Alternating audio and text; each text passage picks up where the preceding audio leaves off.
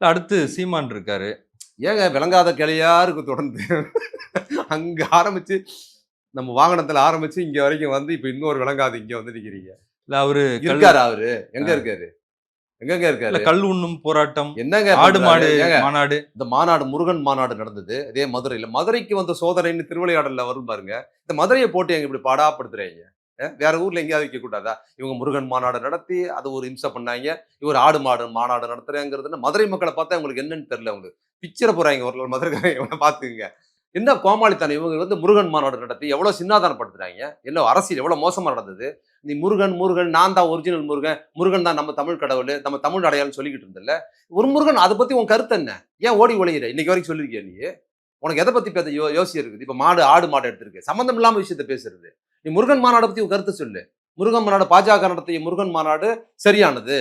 அங்க அண்ணாவையும், பெரியாரையும் பத்தி போட்ட வீடியோ வந்து மிக சிறப்பானது. சொல்லு. அதையாவது சொல்லு. அத கூட நீ சொல்ல முடியல.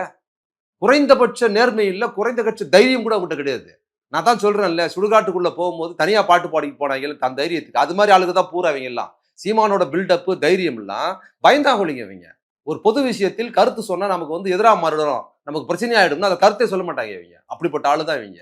இவங்க எல்லாம் சுடுகாட்டுல தம் பயத்துக்கு பாட்டு பாடிக்கிட்டு போற ஒரு பயந்தாங்கொழிக்குள்ள தான் இவங்க எல்லாமே கட்சி நடத்துறவங்க. இல்ல இப்ப தேர்தலுக்கு இன்னும் கிட்டத்தட்ட 1 வருஷம் இருக்கு.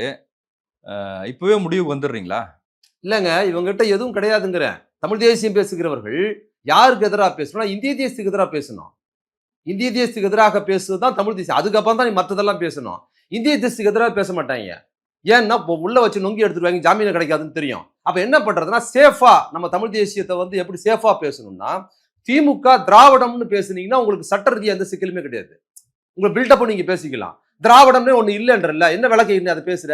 நீ இந்திய தேசியத்தை பேசுவதற்கு பயந்து கொண்டு தான் நீ என்ன பண்ற திராவிடத்துக்கு எதிராக பேசுறது, திராவிட சீரழிச்சதுன்னு சொல்றதெல்லாம் எதுக்குன்னா, சட்ட ரீதியா எந்த பிரச்சனையும் கிடையாது. உங்களுக்கு சட்ட ரீதியா திராவிடத்தை திட்டி பேசுவது, நீங்க தேசியத்தை திட்டி பேசும்போது தான் நீங்க பிரச்சனையை சந்திக்கணும். நீ தமிழ் தேசியவாதியா இருந்தா தமிழ் தேசியத்தை இந்திய தேசியம் தான் தமிழ்நாட்டை வச்சிருக்குது. அப்ப நீ தனி தமிழ்நாடு தமிழனுக்கு உரிமைன்னு சொன்னா நீ ஆட்டோமேட்டிக்கா தேசியம் குறித்து தான் பேசணும்.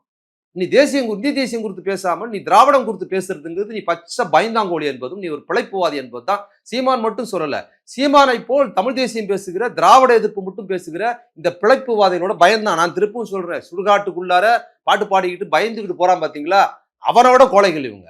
அதனால தான் இவங்க ஒரு வார்த்தை கூட தமிழ் தேசியத்துக்கு எது எதிராக இருக்கிறது, தமிழ் தேசியத்துக்கு எது தோதானதுங்கிற அரசியலுக்குள்ள இவங்க பேசுறதே கிடையாது.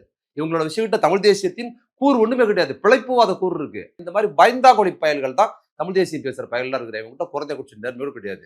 அவங்கள பத்தி ஏன் என்கிட்ட கேட்கறீங்க தேவையில்ல.